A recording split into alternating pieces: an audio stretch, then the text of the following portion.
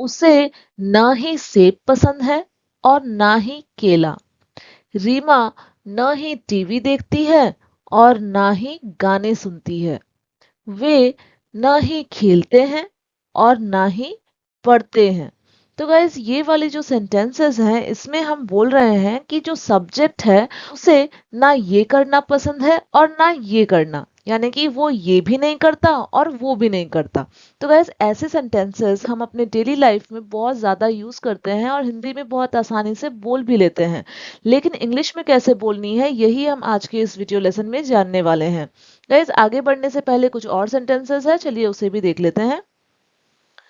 हमने ना ही कुछ खाया और ना ही कुछ पिया। हम ना ही बाजार गए और ना ही पार्क।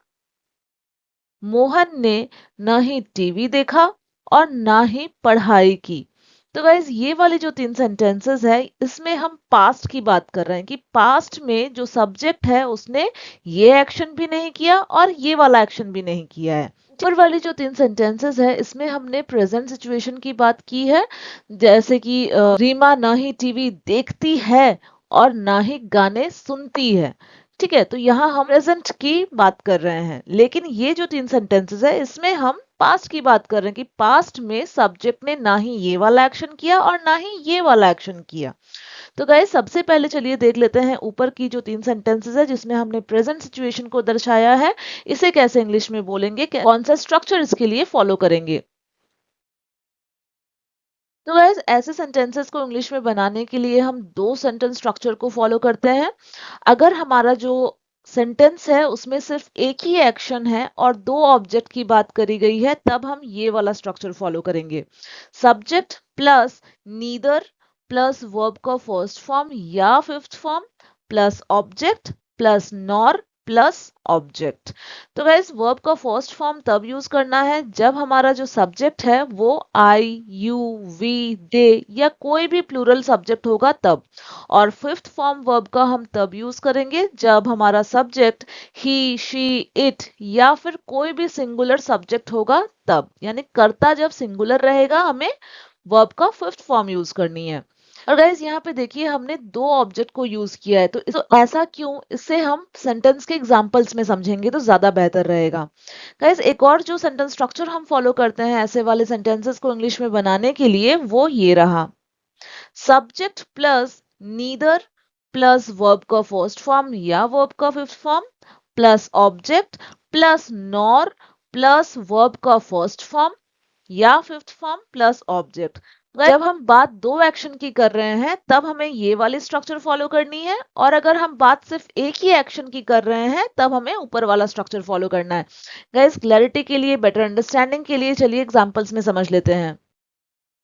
हमारा जो पहला एग्जांपल है, उसे ना ही सेब पसंद है और ना ही केला। तो यहाँ पे देखिए हम एक ही एक्शन की बात कर रहे हैं जो कि है पसंद करना, ठीक है, लेकिन जो ऑब्जेक्ट है वो दो है, एक है सेब और एक है केला। तो इसके लिए हम ये वाली स्ट्रक्चर फॉलो करेंगे और इंग्लिश में हम बोलेंगे she neither likes Apple nor bananas. तो एक्शन एक ही है पसंद करना, जिसे हमने पहले ही मेंशन कर लिया है यहाँ पे। ठीक है, लाइक्स वर्ड का इसलिए यूज किया है क्योंकि पसंद करने का इंग्लिश लाइक होता है और ये जो हमारा सब्जेक्ट है वो सिंगुलर है, इसलिए हमने फिफ्थ फॉर्म का यूज किया है जो कि हो गया likes. She neither likes apples nor bananas.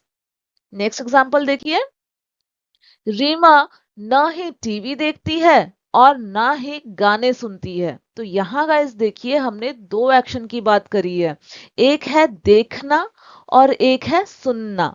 तो यहाँ हम क्या बोल रहे हैं कि सब्जेक्ट ना ये एक्शन करती है और ना ही ये एक्शन करती है। तो इसके लिए हम ये वाली स्ट्रक्चर फॉलो करके अपना सेंटेंस बनाएंगे और इंग्लिश में हम बोलेंगे Reema neither watches TV nor listens to songs.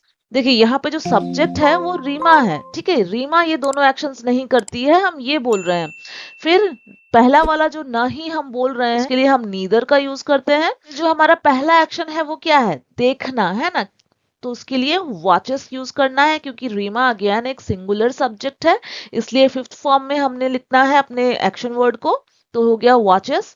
क्या देखना? टीवी। ये ऑब्जेक्ट है इस वाले एक्शन का। फिर जो दूसरा एक्शन वो नहीं करती है, हम बोल रहे हैं उसे हम नॉर लगा के बोलेंगे। फिर यहाँ इसलिए हमने नॉर लगा दिया है। फिर जो दूसरा एक्शन है वो क्या है? सुनना, है ना? तो लिसन्स, यहाँ पे भी हमें लिसन्स वर्ड का यूज करना है, यानी कि फिफ्थ फॉर्म का यूज करना है, क्योंकि हम रीमा के बारे में ही बात कर रहे हैं जो कि एक सिंगुलर सब्जेक्ट है। तो यहाँ लिसन्स वर्ड का हमें यूज करनी है टू सॉन्ग्स। तो यहाँ पे सॉन्ग्स हमारा ऑब्जेक्ट है। Reema neither watches TV nor listens to songs. तो गाइज ऐसे सेंटेंसेस को बोलने के लिए हम नीदर और नॉर का यूज करते हैं। चलिए एक और एग्जांपल देखते हैं। वे ना ही खेलते हैं और ना ही पढ़ते हैं। तो यहाँ हम क्या बोल रहे हैं कि जो सब्जेक्ट है वे ना खेलते हैं और ना पढ़ते हैं। ठीक है, तो हम अपना सेंटेंस बोलेंगे, दो एक्शन की हम बात कर रहे हैं, राइट? एक पढ़ना और एक खेलना। तो इसमें हम ये वाली स्ट्रक्चर फॉलो करेंगे। They neither play nor study. Guys देखिए, इसमें ना कोई ऑब्जेक्ट हमने मेंशन नहीं किया है। क्या खेलते हैं नहीं है, क्या नहीं पढ़ते हैं, हमने मेंशन नहीं किया है, इसलिए हमने यहाँ पे कोई ऑब्जेक्ट को अलग से यूज नहीं किया है। दे नीदर प्ले नॉर स्टडी। अगर ऐसा बोला जाता कि वे ना ही क्रिकेट खेलते हैं और ना ही किताबें पढ़ते हैं, तो हम अपना सेंटेंस बोलते they neither play cricket nor read books. ठीक है, तो गाइस आई होप आपको समझ में आ गई है कि प्रेजेंट वाले सेंटेंसेस को नीदर नॉर का यूज करके कैसे इंग्लिश में बनाया जाता है। अब गाइस जल्दी से देख लेते हैं कि जो पास्ट वाले सेंटेंसेस है, जो लास्ट के 3 सेंटेंसेस है जिसमें हमने पास्ट की बात करी है कि पास्ट में ना सब्जेक्ट ने ये किया और ना ही ये किया, इसे कैसे इंग्लिश में बोलना है, चलिए देख लेते हैं। सबसे पहले स्ट्रक्चर देख लेंगे गाइस। तो गाइस पास्ट में बोलने के लिए भी हम दो स्ट्रक्चर को फॉलो करते हैं। अगर आप सिर्फ एक एक्शन के बारे में बात कर रहे हैं तो ये वाली स्ट्रक्चर फॉलो करनी है। Subject plus neither plus verb का second form plus object plus nor plus object. तो गाइस वर्ब का सेकेंड फॉर्म इसलिए हम यूज कर रहे हैं क्योंकि हम पास्ट की बात कर रहे हैं। ठीक है, अब अगर दो एक्शंस की हम बात कर रहे हैं, दो अलग अलग एक्शंस की हम बात कर रहे हैं, तो हमें ये वाली स्ट्रक्चर फॉलो करनी है। Subject plus neither plus verb का second form plus object plus nor plus verb का सेकेंड फॉर्म, जो दूसरा वाला एक्शन है उसका second form plus object. Better understanding के लिए गाइस चलिए एग्जांपल्स के साथ समझते हैं। पहला एग्जांपल है, हमने ना ही कुछ खाया और ना ही कुछ पिया। गाइस देखिए, दो एक्शन की हम बात कर रहे हैं, एक खाने का और एक पीने का।